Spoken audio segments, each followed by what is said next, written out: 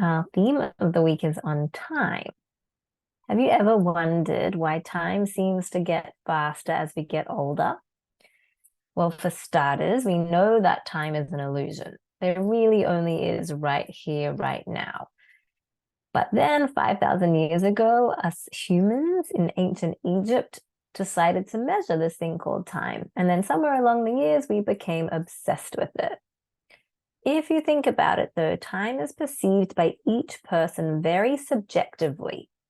1 hour can feel like an eternity for a 5-year-old waiting for his playmate to come over, and it can feel like an instant when we're engrossed in our favorite TV series. What is almost universal for most of us, though, is that the years seem to get faster as we get older. Why is that? Well, interestingly, there are a number of theories on the matter. The first is a theory proposed in 1897 by Paul Janet, who was a French philosopher, and he theorized that our brain perceives time relative to the absolute time we can compare it to. So the longer we are alive, the smaller a year becomes in relation to our entire life to date as a whole. For example, when we were 2 years old, a year was 50% of our entire life. That's half our existence.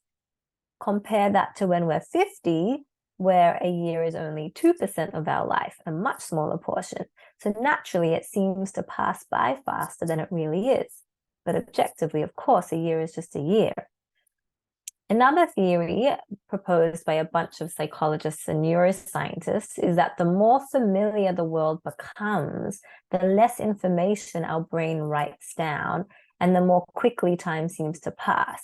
So in the first few years of our life, anything we sense or do is brand new, and many of our experiences are unique. So we tend to make more detailed and lasting memories of them.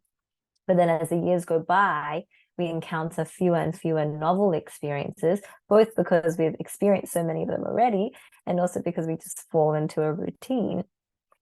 And so they become less likely to make a unique or lasting impression. And time essentially can't be accounted for. So it almost like disappears.